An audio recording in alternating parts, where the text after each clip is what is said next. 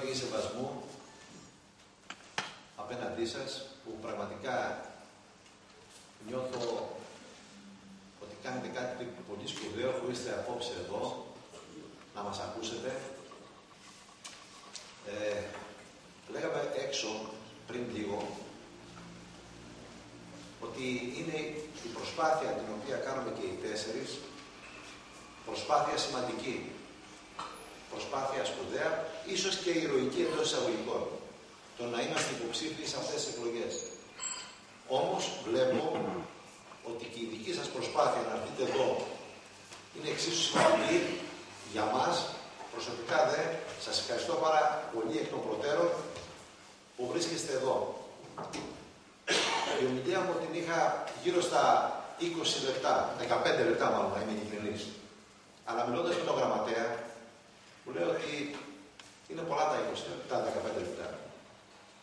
Θα προσπαθήσω να είμαι σύντομος, θα προσπαθήσω να μην σκεφτώ ότι το 2009 άρχισε η προεκλογική εκστρατεία στις βουλευτικές εκλογές του Σεπτεμβρίου, το Οκτωβρίου δηλαδή, το Σεπτέμβριο εδώ, άρχισα την πιάδα στην πλατεία, με πάρα πολύ κόσμο, με βροχή θυμάμαι τότε, αλλά είχε αρκετό κόσμο.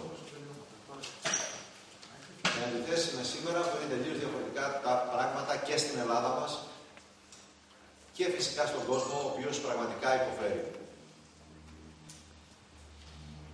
Φίλες και φίλοι, για όλους και όλους όσους πιστεύουμε ότι η δημοκρατία σημαίνει καθημερινός αγώνας για το καλύτερο. Για όλες και όλους που έχουμε προσπαθήσει για να υπάρχουν σήμερα πολιτικά και κοινωνικά δικαιώματα, για όλες και όλους που έχουμε αγωνιστεί για μια δημοκρατική προοδευτική σοσιαλιστική διακυβέρνηση, οι εκλογές στις 6 του Μάη δεν είναι απλώς μια εκλογική μάχη. Είναι ευκαιρία και η δυνατότητα να ξαναβρούμε την ψυχή μας. Να μιλήσουμε τη γλώσσα της αλήθειας, να παραδεχτούμε τα λάθη που κάνουμε, να καταδικάσουμε μηχανισμούς εξουσίας που οδήγησαν σε λαθημένες πολιτικές αποφάσεις. Να απομονώσουμε συμπεριφορές και νοοτροπίες δομής της εξουσίας, όχι μόνο σε κεντρικό, αλλά και σε τοπικό επίπεδο. Είναι ευκαιρία και η δυνατότητα να ξαναβρεθούμε με την κοινωνία. Να ενισχύσουμε τα λαϊκά στρώματα, να δουλέψουμε σκληρά, να μην επαναληφθούν λάθη. Να μην γίνουν πάλι αδικίες. Να εξασφαλίσουμε προοπτική για όλους. Είναι ευκαιρία και η δυνατότητα να προχωρήσουμε στις αλλαγές που απαιτεί η κοινωνία, στην οικονομία, στη λειτουργία του κράτους, στο πολιτικό σύστημα. Να αλλάξουμε κι εμείς. Να αποδείξουμε στην πράξη με τις επιλογές μας ότι θέλουμε το καινούριο, το διαφορετικό, το αληθινό. Φίλες και φίλοι, γνωρίζω, όπως και εσείς, τις δυσκολίες. Ζω καθημερινά, όπως και εσείς, την απογοήτευση, την άρνηση, συχνά την οργή, για πολλά από αυτά που μας συμβαίνουν. Γνωρίζω όμως ότι ο μόνος τρόπος για να αλλάξουν όσα μας απογοητεύουν είναι να τα αλλάξουμε εμείς. Ο μόνος τρόπος για να σταματήσουν όσα μας πληγώνουν είναι να τα σταματήσουμε εμείς.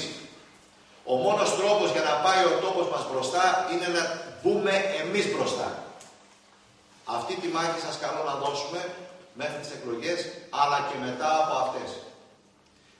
Το κόμμα μας με τον Βαγγέλη Βενιζέλο, ως νέο πρόεδρό του, τολμά να πει αλήθειες. Να παραδεχτεί λάθη, να αναγνωρίσει αδικίες. Αυτό είναι το διαβατήριό μας για να μιλήσουμε με τους συμπατριώτες μας. Διαβατήριο ειλικρίνειας, διαβατήριο συγγνώμης, διαβατήριο προοπτικής. Γιατί το ΠΑΣΟΚ μπορεί και πάλι να προσφέρει δρόμους ανακούφισης, αποκατάστασης αδικιών, σταθεροποίησης και σιγά σιγά ανάκαμψης και ανάπτυξης. Απέναντι στην εγωκεντρική προσέγγιση του Προέδρου της Νέας Δημοκρατίας, που ενδιαφέρεται μόνο για την πρωθυπουργία, εμείς θα διτάσσουμε τη διάθεση για προοδευτική συνεργασία με άξονα το χώρο μας. Απέναντι σε μια Νέα Δημοκρατία που ξεχνά ότι αυτή είναι που μας οδήγησε στον κρεμό, και εμείς μιλάμε βέβαια με ειλικρίνεια, αναγνωρίζουμε τα λάθη μας, έγιναν αρκετά, για να μην πω πάρα πολλά, και προτείνουμε τρόπους για να διορθωθούν. Απέναντι στα γενικόλογα ευχολόγια της συντηρητικής παράταξης, Ο πρόεδρος μας, ο Βαγγέλης ο Βενιζέλος, ανακοίνωσε πριν λίγες μέρες συγκεκριμένες και κοστολογημένες παρεμβάσεις κοινωνικής πολιτικής και φυσικά θα ακολουθήσουν κι άλλο. Φίλες και φίλοι, το ΠΑΣΟΚ αποτελεί παράγοντα σταθερότητας για την Ελλάδα, αλλά και για τον τόπο μας. Και την ίδια στιγμή αποτελεί κινητήριο δύναμη για την αλλαγή. Το μοντέλο που ακολουθήσαμε τα τελευταία χρόνια είναι λάθος και απεδείχθη περίτρανα. Εισέχαμε προϊόντα, παράδειγμα, από το εξωτερικό, πληρώναμε με δανεικά από τις τράπεζες και φτάσαμε εδώ που φτάσαμε. Πρέπει να αλλάξουν οι πολιτικές με τις οποίες προσπαθούμε να ξεπεράσουμε την κρίση. Γιατί πρέπει να είμαστε ειλικρινείς. Απόλυτα ειλικρινείς, ειδικά απέναντι στο λαό. Και στο λαό ο οποίος υποφέρει. Και δεν υποφέρουν αυτοί οι οποίοι έχουν, αλλά αυτοί οι οποίοι δεν έχουν. Χρειάζεται λοιπόν ένα διαφορετικό μείγμα πολιτικής. Για να σταθούμε στα πόδια μας, πρέπει να αρχίσουμε να παράγουμε ποιοτικά προϊόντα και υπηρεσίες. Χρειάζεται να ακολουθήσουμε μια στοχευμένη πολιτική περιφερειακής ανάπτυξης. Ο νόμος Πρέβεζας διαθέτει αξιόλογο φυσικό περιβάλλον και ανθρώπινο δυναμικό και σε αυτά πρέπει να επενδύσουμε. Έτσι θα έρθει η πρόοδος και η ευημερία στον τόπο μας. Απαραίτητη προϋπόθεση γι' αυτό είναι να διασφαλίσουμε ότι θα έχουμε στη Βουλή εκπροσώπους με γνώση και δυνατή φωνή. Για να αναδείξουν τα προβλήματα και να προτείνουν αυτοί οι οποίοι θα πάνε στο Κοινοβούλιο εφαρμόσιμες, αποτελεσματικές λύσεις, ώστε να αξιοποιηθούν οι δυνατότητες και οι ικανότητες των συμπατριωτών μας και να ανοίξει ο δρόμος για την ανάπτυξη του τόπου μας. Είμαι υποψήφιος γιατί θέλω να δώσω μαζί σας τη μάχη από την πρώτη γραμμή, για να διατυπώσω μια νέα αξιόπιστη πρόταση για το αύριο.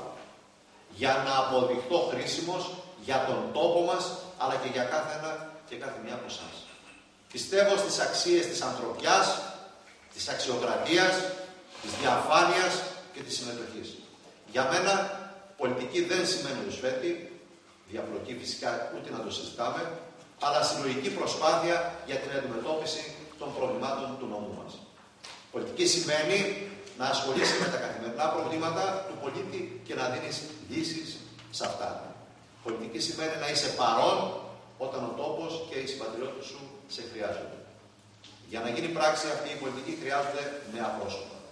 Άνθρωποι που έχουν μάθει να δουλεύουν, που δεν έχουν φθαρεί από την εξουσία, που μπορούν να πείσουν για τον νέο δρόμο που πρέπει να ακολουθήσει το ΠΑΣΟΚ, ώστε να αποκαταστήσει τη σχέση του με την κοινωνία. Αυτό χρειαζόμαστε.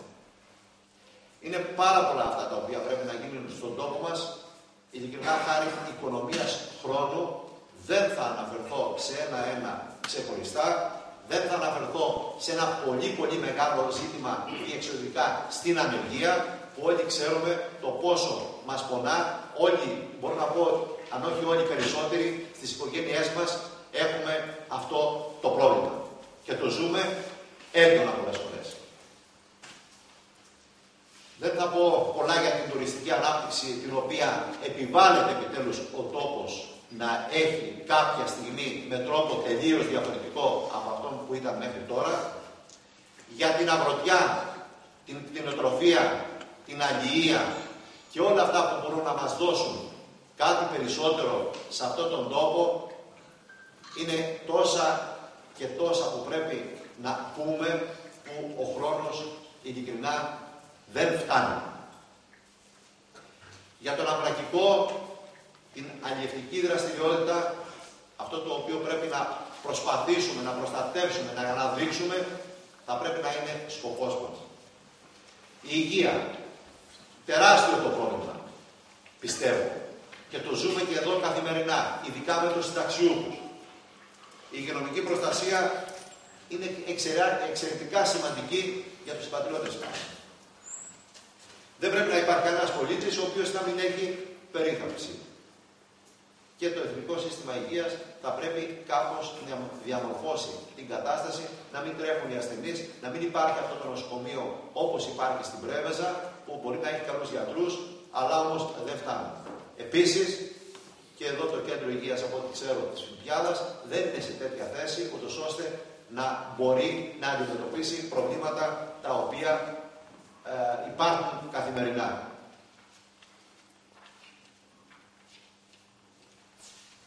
Φίλες και φίλοι, πολλοί γύρω μας είναι απογοητευμένοι, προδομένοι, οργισμένοι. Το καταλαβαίνω απόλυτα. Το ζω καθημερινά με τις συναντήσεις που έχουμε με τον κόσμο. Ας σκεφτούμε όμως, αξίζει αυτά τα συναισθήματα να μας οδηγήσουν σε μια αντίδραση που θα φέρει την καταστροφή? Αξίζει να διακινδυνεύσουμε όλα όσα καθένας από εμάς δημιούργησε σε ολόκληρη τη ζωή του? Αξίζει να πάμε σε μια τυφλή διαμαρτυρία χωρίς κανένα απολύτως αύριο? Η πρότασή μου είναι να μετατρέψουμε την απογοήτευση σε οδηγό για να αλλάξουμε τα πράγματα. Τον θυμό σε κινητήριο δύναμη για να αναδείξουμε νέους και άφθαρτους εκπροσώπους που θέλουν και μπορούν να δουλέψουν για τον τόπο μας. Την πίκρα σε πρωτοβουλία για την πορεία της νέας παράταξής μας, η ανανέωση, η ανάπτυξη του τόπου μας, η προοπτική είναι στα δικά μας χέρια. Μαζί μπορούμε για να πετύχουμε, και πιστεύω αυτό το οποίο είναι το σύνθημα του Πασόκ, του Βαγγέλη του Βενιζέλου, για μια αυτοδύναμη Ελλάδα. Δεν θέλω ειλικρινά να κουράσω περισσότερο, γιατί ξέρω, εγώ η δική μου θέση, το έχω πει και κατ' επανάληψη, δεν είναι να μιλάμε εμείς, είναι να μιλάτε εσείς. Και αν μου έδινε τη δυνατότητα και ο γραμματέας, ειλικρινά εγώ δεν θα ήθελα να κάνω την παραμικρή αναφορά, αλλά να ακούσω περισσότερο εσάς παρά εμένα. Εγώ σας ευχαριστώ για την προσοχή σας και εύχομαι να πολλαπλασιαστεί αυτό το κοινό το οποίο υπάρχει απέναντί μας, να μπορέσουμε να πάμε στις εκλογές να ψηφίσουμε όσο δυνατόν περισσότεροι, για να δείξουμε ότι αυτός ο χώρος αξίζει καλύτερης από όλο τον κόσμο συμπεριφοράς, αλλά αξίζει όμως και ο κόσμος καλύτερης συμπεριφοράς από εμάς. Σας ευχαριστώ πολύ.